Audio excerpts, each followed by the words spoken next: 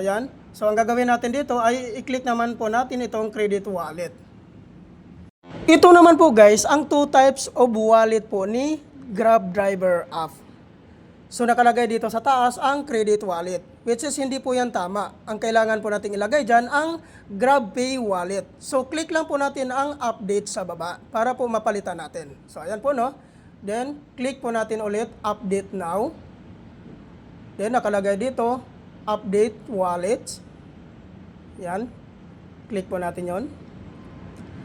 Ngayon po, magpapadala po ng OTP po si Grab Driver app.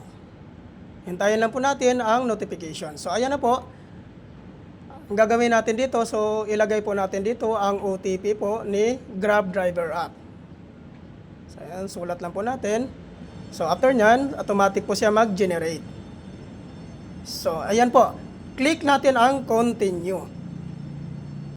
Nakalagay po dito sa baba guys, yung Move It Driver at saka Grab Driver. So, which is maglalagyan po tayo sa Grab Driver. So, ito po yung i-click po natin sa baba, yung Grab Driver po natin. So, ayan po, i-click po natin yan, ang Grab Driver po natin. So, ayan. Ayan, automatic na po na, guys, your wallet are update. So, ayan po no, ang gagawin natin, i-click lang po natin itong nakalagay po sa baba, yung done. So, ayan po guys, kung napapansin nyo po, no, so napalitan na po yung yung credit wallet natin kanina ay nagiging GrabPay wallet na po. So, ganun lang po kadali po para po real time na po yung pagka-cash out po natin dito sa ating Grab Driver app po natin. So, i-click lang po natin itong cash wallet dahil po mag-transfer po tayo ng pera po natin papunta po sa ating GrabPay wallet. So, ngayon, ang gagawin po natin dito ay kailangan lang po natin itong i-click ang transfer po dito guys. Ito pong nakalagay po sa bandang right side po no, yung transfer. Click po natin yung transfer, ayan. So ngayon po, which is mag-cash out po tayo or mag-transfer po tayo papunta po sa GrabPay wallet natin. So ito po yung i-click po natin sa baba, yung GrabPay wallet. Yan, click po natin yan. Ayan po. So ngayon po, dito hinihingi na po yung amount na kailangan po nating i-transfer papunta po sa GrabPay wallet po natin. So, i-type lang po natin dyan amount kung magkano yung amount na ilalagay nyo po dyan. Take note lang po guys na kailangan po magpasobra po kayo ng 15 pesos po sa inyong pag-cash out or pag-transfer po. Dahil po yan ang service charge ng pag-cash out po natin. So, ayan po no, after natin ma-type dyan yung amount po na gusto nating i-transfer papunta po sa ating GrabPay wallet. So, ang gagawin natin dito guys ay kailangan naman po natin itong i-click ang continue po. Ayan po no, i-click po natin yung continue. So ayan po no. So nakalagay dito guys, ito na po yung total amount, 615. Then nakalagay po dito sa baba, yung naka-highlight na green, ito po yung transfer. So click po natin yung transfer po guys.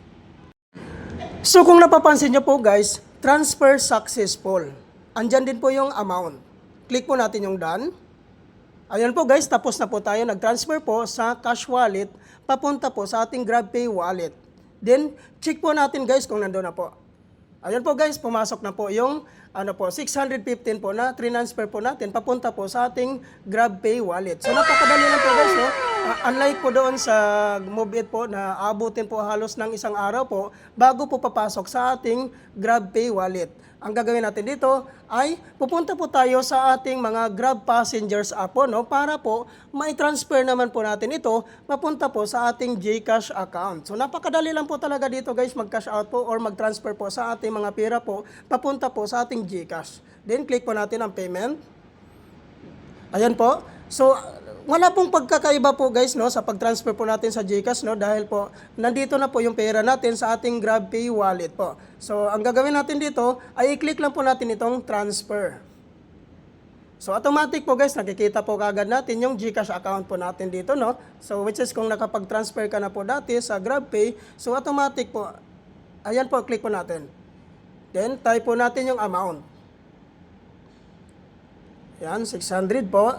Yung 15 po, wag nyo na pong isali yun dahil po service charge nila po yun.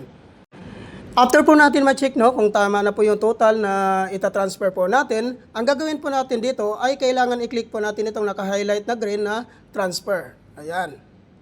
Ilagay po natin yung pin po natin sa GrabPay. Then, automatic po yan guys, nakalagay dito transfer in progress, sending 600. So click po natin done. Ayan po guys, automatic na wala na po yung amount natin dyan dahil po transfer na po natin. At then, automatic na po yun guys, napapasok na po sa GCash natin. So ito na po yun ang transfer po natin from GrabPay to GCash. So napakadali lang po guys, no? Ganun na po kadali at wala na pong hassle po mag-cash out or mag-transfer po sa pera po natin papunta po sa GCash po natin. Thank you for watching.